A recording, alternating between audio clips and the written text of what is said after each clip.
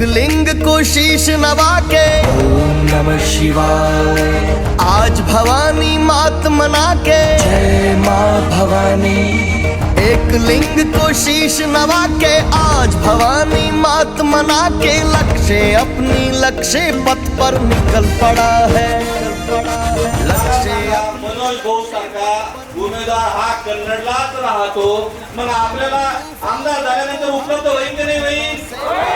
थोडं आमचे प्रश्न छोटे आहे, आम्हाला आमचे प्रश्न सोडवण्यासाठी सक्षम उमेदवार पाहिजे, सक्षम, बरोबर आहे का? कधी स्वप्न बघितले पाहिजे, म्हणून मी धीरूभाई अंबानींचं पाहिलं की धीरूभाई अंबानी पेट्रोल पंपावर काम करणारा माणूस या भारताचा उद्योजक होऊ शकतो.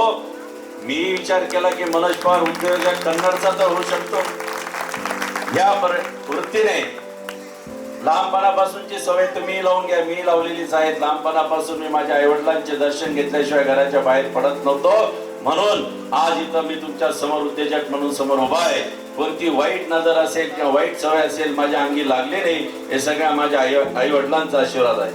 प्रभू दत्तात्रयांच्या चरणी एक दिवस सहज प्रार्थना केली की भगवंता, मला ना या तालुक्याचा उद्योजक व्हायचा आहे, आणि जर मी उद्योजक झालो तर माझ्या रोजच्या उत्पन्नातला 10% हिस्सा गोरगरीब जनता आणि धार्मिक कार्यासाठी मी खर्च करेल. त्याच माध्यमातून गेली 5 वर्षापासून मी माझा 10% हा जनतेसाठी, मग तो धार्मिक कार्य असेल, शैक्षणिक असेल, कसल्याही प्रकारच्या आरोग्याविषयक असेल, या ठिकाणी मदत करण्याचा प्रयत्न केला. आणि आवर्जून सांगावंसं वाटतं, गेली मागे आदरणीय बाबूराजे आवराकर काका असतील, नागकरचे आप्पा असतील, रायबाजी जाधव साहेब असतील, यांना 20 वर्ष मागे जर गेले तर सभागृह कशा पद्धतीने त्या ठिकाणी प्रश्न मांडल्या जायचे या तालुक्याचा, तर त्या ठिकाणी आपलं नाव आणि प्रशंसा केल्या जायची या तालुक्याची. या तालुक्यामध्ये प्रचंड धरणं असतील, या तालुक्यामधले त्या काळात रोड बनलेले असतील, आजही बघा जेसीबीने फोडावं लागतात. जर तुम्ही त्या काळातले रोड जर पाहिले असतील तर, आणि आजचे झालेले रोड तयार होतात, तुम्ही हाताने उकरून घ्या, हाताने. बरोबर आहे का खोटं आहे? मग त्या काळामध्ये काय असं होतं, त्या काळामध्ये पैशाची लालूच नसायची. ह्या काळामध्ये ज्यालाही काही आमदार बनलं तर फटकन लखपती करोडपती बनायचे स्वप्न द्यायचे असतात, तेव्हा जनतेचे प्रश्न काय सोडवणार? अहो, सभागृहामध्ये आमदाराने निवडून गेल्यानंतर काय मागितलं पाहिजे? सगळ्यांनी पाहिलं, आम्ही रिटायर झाल्यावर आम्हाला घर देण्यात यावा असं आपल्या आमदारांनी सभागृहात बोलले की नाही बोलले? कधी? म्हणजे त्यांना माहिती होतं की पुन्हा आपण आमदार बनणार नाही, आणि मग माझे आमदार झाल्यावर आम्हाला मुंबईत राहायला घर द्या म्हणून सभागृहात प्रश्न मांडणारा माणूस तुमच्या जे काही इथल्या समस्या होत्या, की ज्या तांडाच्या समस्या असतील, खोऱ्यातल्या समस्या असतील, की जे घरं नियमित करायचे आहे, या ठिकाणी लोकांना घराचा लाभ द्यायचा, जे आपण स्वतः घराचा लाभ मागतो, तर आपण विकास काय करू शकतो? पहिली तर गोष्ट अशी आहे की आपल्याकडे जनता विचारच करत नाही. जोही लोकप्रतिनिधी या ठिकाणी येतो, तो लोकप्रतिनिधी बोलत असताना आपण त्याकडे लक्ष देत नाही. आताचा जर आपण आमदार घेतला तर त्यानं तुम्हाला स्पष्ट त्यांच्या आईची शपथ घेऊन सांगितलं होतं. काय सांगितलं होतं? 3 वेळेस पडलो, आणि 3 वेळेस पडून मी आता थकलो आहे, माझी परिस्थिती खराब झाली आहे. भावांनी सुद्धा पडू पडू घराच्या बाहेर काढला आहे, पेट्रोल पंप गहाण आहे, आणि अशा परिस्थितीमध्ये जर तुम्ही मला आता मतदान नाही केलं तर काय करेल म्हणे? मी आत्महत्या करेल. आत्महत्या कधी करतो माणूस? परिस्थिती खराब झाल्यावर. मग परिस्थिती खराब झाल्या माणसाला तुम्ही मतदान कशासाठी केलं? तुम्ही त्याची परिस्थिती सुधारण्याला मतदान केलं, या तालुक्याच्या विकासाला नाही. त्या पट्टीने मी विचार केला आणि इमानदारीने मी जनतेला सांगितलं होतं, जनतेने मला इमानदारीने मतदान केलं म्हणे. माझी परिस्थिती सुधारण्यासाठी मी जनतेचा विकासाचा बाजूला राहू द्या, स्वतःचा विकास त्या माणसाने प्रचंड करून घेतला. साहेब, बोलताना आपण लोकांच्या कडे लक्ष दिलं पाहिजे. 3 वेळेस तुम्ही जर पडला तर आम्ही तुमच्या हातात काही तीळ दिलं नव्हतं, तुम्ही उभे राहून पडा, उभे राहून पडा असं आपण म्हणलं होतं का त्यांना परिस्थिती खराब होईपर्यंत? अहो, 10 वर्ष राहिलेले आता माझे आमदार कोण आहे? ते पण आता दारोदारी फिरताय आणि काय म्हणता माहितीये का? माफ करा, चुका पोटात घाला. माझी बायको मला सोडून गेली, दुसरी आणली, ती गेली. सासऱ्यांनी माझा बंगला हिसकून घेतला, गाडी हिसकून घेतली. मी आता परेशान झालोय. माझी परिस्थिती आता खराब झाली आहे. तुम्ही आता मला मतदान नाही केलं, तुम्ही आंबाडी धरणात उडी घेतो. मग आता मतदान करायचं का?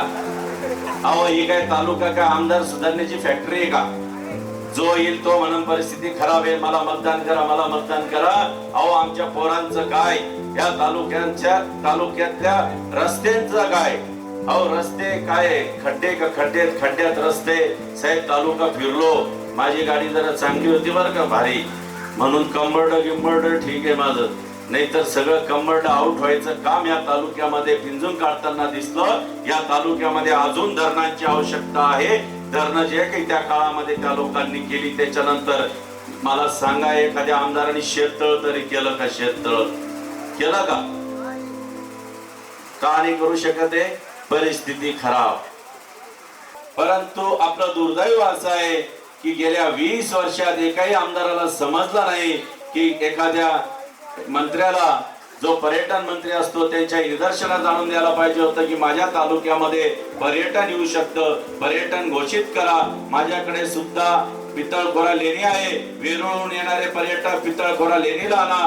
गौतळा अभयारण्य, अंतूर किल्ला आपल्या तालुक्यामध्ये प्रचंड ठिकाणी काय आहे, निसर्गरम्य वातावरण त्या ठिकाणी आहे. मग असं केलं असतं तर काय झालं असतं? मोठे मोठे रिसॉर्ट आपल्या तालुक्यात आले असते, आपल्या सगळ्यांना रोजगार मिळाला असता, पर्यटनाच्या नावाखाली मोठे मोठं फंड त्या ठिकाणी आला असता आणि हा तालुका महाराष्ट्रामध्ये चमकला असता. याचं दुर्दैव असं आहे साहेब. हे सुद्धा काम माझ्या समोर आहे. हा तालुका पर्यटन म्हणून घोषित करण्यासाठी मी सभागृहामध्ये जाणार आहे. मी या तालुक्याचे रस्ते गुळगुळीत करण्यासाठी जाणार आहे. या तालुक्यामध्ये प्रचंड मोठी मोठी धरणाची आवश्यकता आहे आणि ज्या ठिकाणी धरणं झालेली आहे तिथून ओव्हरफ्लो पाणी होतो, म्हणून त्याच्या मागे आपल्याला कॅट टाकावं लागणार आहे. सिल्लोडला एमआयडीसी आली, गंगापूरला आली, वैजापूरमध्ये आली. मग आपल्याच तालुक्यात काय येत नाही? तर सक्षम माणसाची गरज आहे. नुसतं आमदार होऊन चालत नाही साहेब, त्याच्यासाठी सक्षम नेतृत्वाची गरज या ठिकाणी असते. आपल्या तालुक्यामध्ये एमआयडीसी आणून चालणार नाही, तर पैठणहून पाणी आणावं लागेल. पैठणहून एमआयडीसी साठी सिल्लोडवाल्यांनी पाणी आणलं, वैजापूरवाल्यांनी आणलं, गंगापूरवाल्यांनी आणलं. पण दुर्दैव असं आहे की आपल्या तालुक्यामध्ये बोलणारच कोणी नाही. तर पाणी कसं येईल? आणि पाणी नुसते एमआयडीसी आणून चालणार नाही. पैठणहून पाणी आणलं तर मोठ्या मोठ्या कंपन्या आपल्या तालुक्यात येतील, नाहीतर एमआयडीसी आणून फायदा होणार नाही. म्हणून त्याच्यासाठी सक्षम माणूस तुम्हाला तालुक्यातून पाठवायचा आहे. तो तुमच्या समोर पर्याय मनोज पवार तुमच्या समोर आहे. त्याच नंतर या तालुक्यामध्ये बऱ्याच गोष्टी आहेत. आपल्याकडे सोलापूर धुळे हायवे माहितीये का? त्या ठिकाणी रेल्वे मंजूर झाली होती का? जागा ऍक्रॉस झाली, सगळं झालं, बोगदा पाडायला पैसे आले, सगळ्या गोष्टी झाल्या. मग रेल्वे गेली कुठे? कोणाच्या बाप्पाने दिली?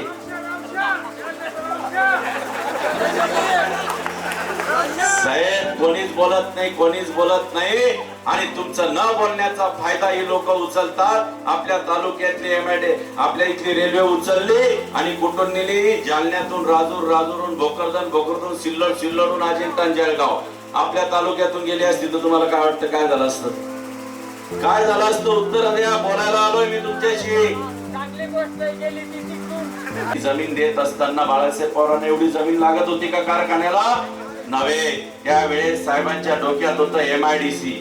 जोपर्यंत या तालुक्यामध्ये औद्योगिकरण होणार नाही तोपर्यंत या तालुक्याचा विकास होणार नाही, असं त्यांचं धोरण होतं. पण त्या काळाच्या दिल्लीच्या लोकांनी त्यांना गंगापूर टाक, वैजापूर टाक, जालना टाक, जिथं जातील तिथं साहेबांनी फॅक्टऱ्या उभ्या केल्या आणि तिथल्या तालुक्याला प्रचंड मजबूत करण्याचं काम त्या ठिकाणी केलं.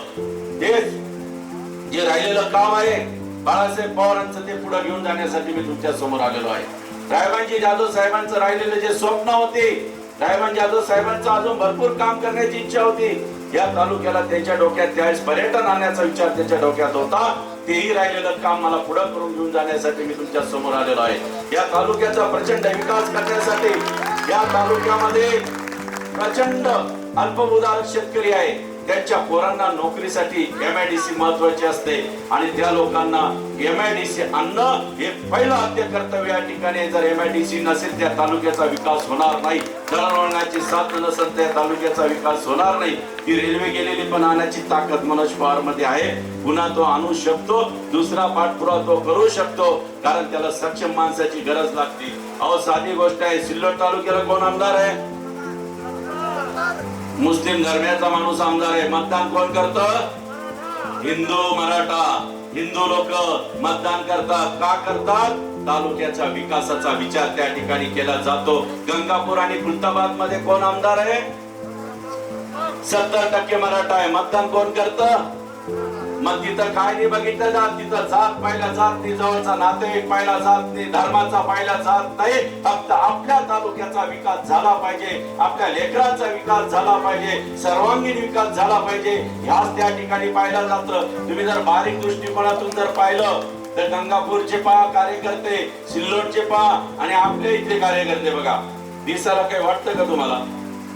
गंगापूर आणि खुलताबाद बाकीच्या तालुक्यातले कार्यकर्ते असे टवटवीत दिसतात साहेब, आणि आपल्या तालुक्यातले कार्यकर्त्यांचे चेहरे पहा असे उतरलेले राहतात, कोमजलेले राहतात. याचं कारण काय?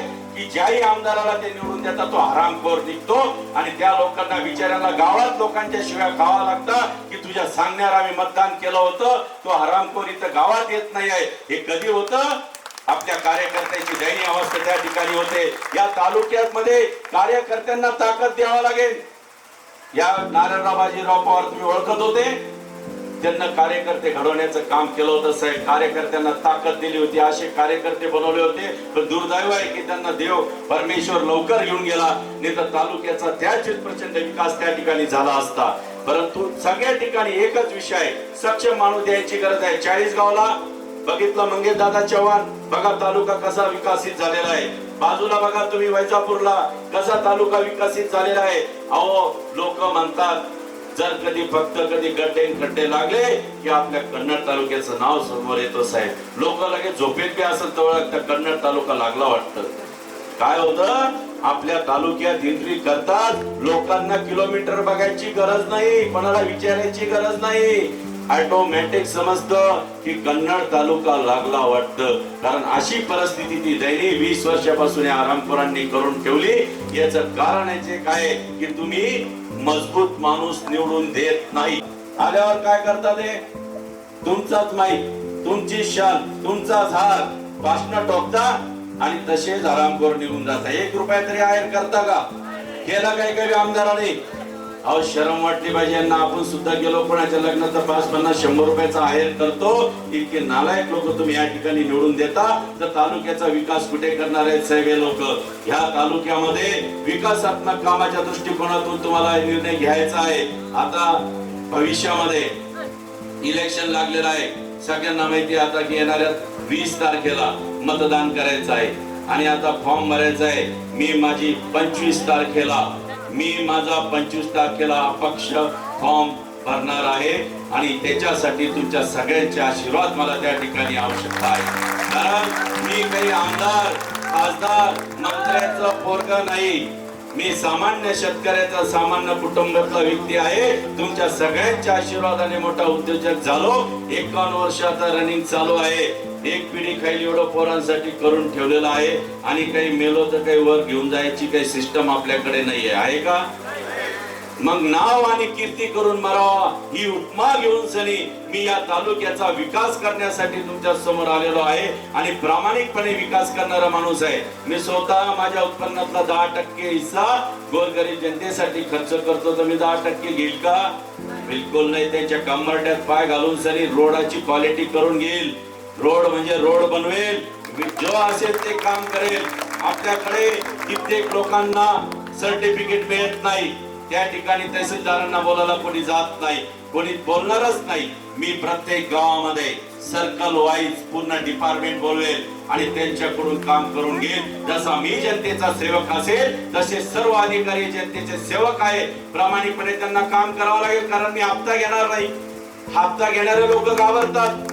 आता तायडे साहेबांनी सांगितलं की आपल्याला सरकारी दवाखान्यामध्ये कायम डॉक्टर थांबण्यासाठी आणि आरोग्य सुविधा चांगली देण्यासाठी आपल्याला मनोज पवारला निवडून द्यायचं कारण काय माहिती ते बोलले नाही. हप्ते घेतात आमदार निवडून आल्याबरोबर या दवाखान्यामध्ये थांबण्यासाठी.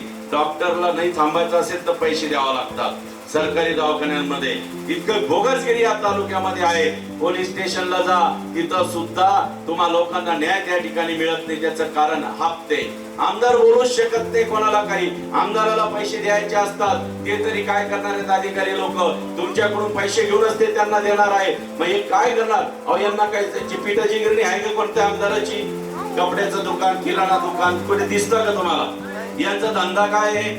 काय धंदा यांचा? निवडून यायचं, हप्ते घ्यायचे, कमिशन खायचं, दुसरं काय?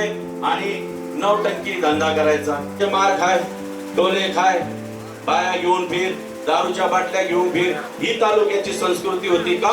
रायबान जाधव साहेब असतील, औरळकर काका असतील, नाथकरप्पा असतील, दुखी होत असतील वरती की माझ्या तालुक्यामध्ये नेतृत्व करणारे लोक अशा पद्धतीचं माझ्या महाराष्ट्राची समोर कन्नडची जी राजराज्य त्या ठिकाणी निघते आहे. हे वाईट वाटतं त्या गोष्टीचं. आणि हे सगळं संपवण्यासाठी, या राक्षसांचा वध करण्यासाठी मला तुमच्या सगळ्यांची ताकद या ठिकाणी हवी आहे. तुम्ही जर मला ताकद दिली, हे राक्षस झोपण्याची क्षमता माझ्यामध्ये प्रचंड आहे. या ठिकाणी रामराज्य मी आणल्याशिवाय राहणार नाही. रामराज्य म्हणजे काय? रामराज्याचा अर्थ होतो सत्य आणि सत्यच. कुठेही भ्रष्टाचार चालणार नाही, कोणारी अन्याय केला जाणार नाही. प्रत्येक जाती पाती धर्माला घेऊन चालेल, प्रत्येक धर्मातल्या लोकांना बरोबर घेऊन चालेल. याला म्हणतात रामराज्य. रामराज्याचा अर्थ तो होतो आणि तो पूर्ण करण्यासाठी तुम्हा सर्व लोकांना मला आशीर्वाद देण्याची गरज आहे. आणि जर तुम्ही मला आशीर्वाद दिला नाही तर मी तुम्हाला पुन्हा सांगतो, मी उद्योजक माणूस आहे, माझ्या अनंत कंपन्या आहेत. मी इथं फक्त आलेलो आहे तुमची सेवा करण्यासाठी. आणि तुम्ही कृपया करून या ठिकाणी जातीपातीचं राजकारण आणलं जाणार आहे. मी तुमचा मुलगा आहे, तुमचा भाऊ आहे, याचा विचार लक्षात ठेवा. मी तुमच्या जवळचा आहे, कन्नडचा. इथं माळी समाज भी प्रचंड मोठ्या प्रमाणात आहे. तुम्ही सुद्धा कन्नड शहरामध्ये विचारू शकता की मनोज पवार हे घराणं जे आहे हे कधी जातीपातीचं राजकारण करतं का?